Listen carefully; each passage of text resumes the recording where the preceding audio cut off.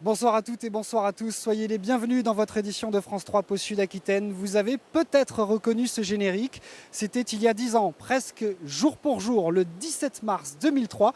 La locale de France 3 Pau Sud-Aquitaine diffusait son premier journal. 10 ans plus tard, nous sommes ici au Stade d'Eau Vive pour fêter cet anniversaire. Dans quelques minutes, Tony Estanguet nous rejoindra. Mais avant, je vous propose un premier coup d'œil dans le rétroviseur de l'actualité. 10 ans de reportage dans le Béarn. Pour ce faire, quoi de mieux que votre regard? Le récit est signé Élise Descartes, la mise en image Marie-Laurence Gall et Alain Girardi. La mort d'André Labarrère, parce que ça a été un homme inégalable. 16 mai 2006 à 6h30, André Labarrère s'éteint à l'hôpital de Pau des suites d'une longue maladie. 3 jours plus tard, des centaines de Palois viennent rendre un dernier hommage à celui qui fut leur maire pendant 35 ans.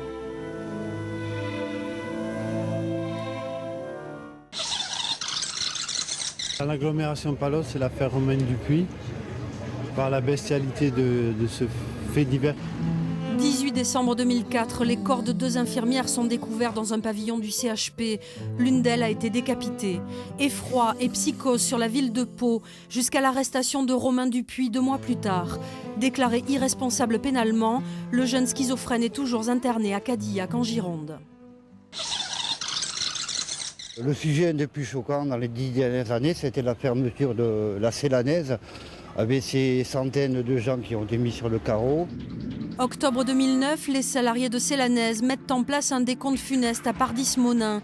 Chaîne humaine, banderole, cimetière symbolique, rien n'y a fait. Reprise par un groupe américain, l'ancienne Aquitaine Chimie a fermé ses portes fin novembre 2009 après 50 ans d'existence. Une fermeture assortie de près de 200 licenciements. La médaille aux Jeux Olympiques de Tony Estanguet, c'est un bon athlète, surtout qu'il est palois. Tony Estanguet.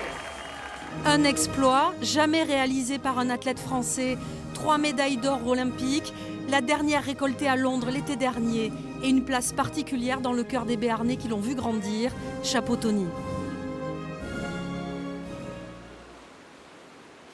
Et oui, chapeau Tony, d'ailleurs Tony Estanguet est avec nous ce soir. Bonsoir Tony. Bonsoir. Alors, une fois n'est pas coutume, Tony, on ne va pas parler de vous, mais de nous. Avec grand plaisir. Quel regard portez-vous sur France 3 Pau Sud-Aquitaine? C'est sûr que quand on est attaché au territoire, ça fait plaisir de voir une locale qui relaie voilà, les forces de cet endroit qui nous est si cher. Je trouve que c'est ce que j'apprécie moi dans le travail de France 3 Pau Sud-Aquitaine, c'est justement la mise en valeur de ce qui marche, quoi, le côté sportif, le côté culturel, s'intéresser à la vie des gens et à notre territoire. On peut comprendre que ça n'intéresse pas tout le monde au niveau national, mais au moins qu'on ait un espace qui nous est réservé, je trouve que c'est plutôt très bien. Ouais. Alors ce soir, Tony, on est un petit peu sur votre terrain de jeu. On est au Stade d'Eau Vive. Il représente quelque chose de très particulier pour vous. D'abord, vous avez une bonne nouvelle, on le sait tous, mais il y aura les championnats du monde ici en 2017. Exactement, c'est vrai que c'est une bonne nouvelle pour cet endroit et pour le territoire. Pau va accueillir les championnats du monde en 2017. Ça va être du coup un tremplin pour cet équipement qui a été inauguré en 2009, qui accueille déjà une trentaine de nations chaque hiver. Et là, on va passer à 70. Donc c'est vrai que ça va vraiment ancrer au niveau national, mais aussi international, cet équipement. Donc c'est une satisfaction personnelle parce que j'ai travaillé pendant très longtemps.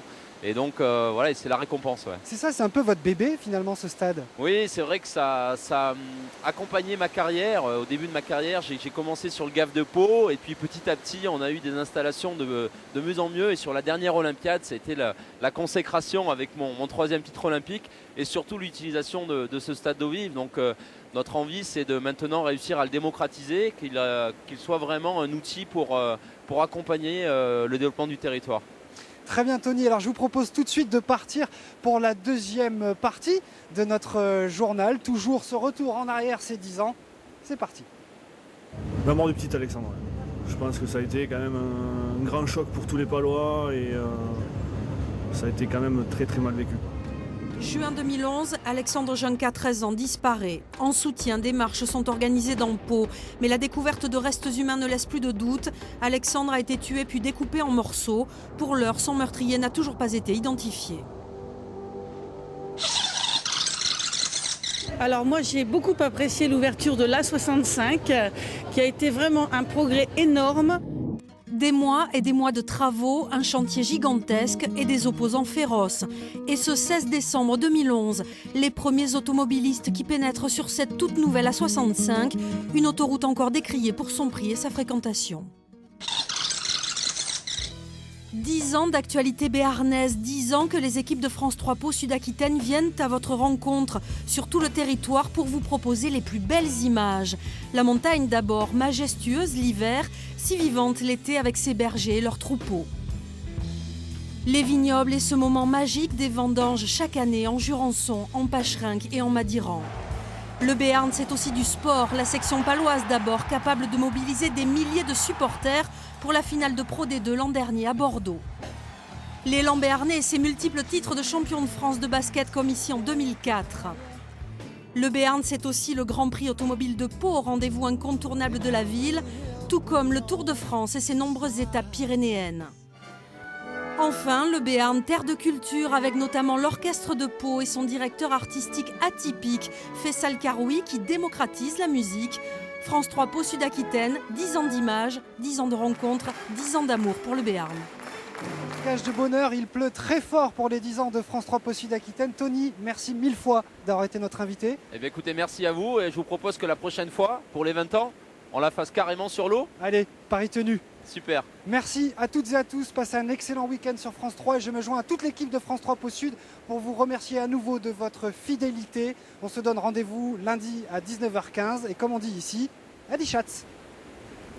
Très bon anniversaire à France 3 Pau Aquitaine. Bon anniversaire, bien sûr. Très joyeux anniversaire à France 3 Pau Sud-Aquitaine. Bon anniversaire à France 3 Pau Sud-Aquitaine. Et continuez sur ce bon chemin. J'écoute tous les jours France 3 Pau Sud-Aquitaine. Continuez comme ça les enfants, c'est super bien.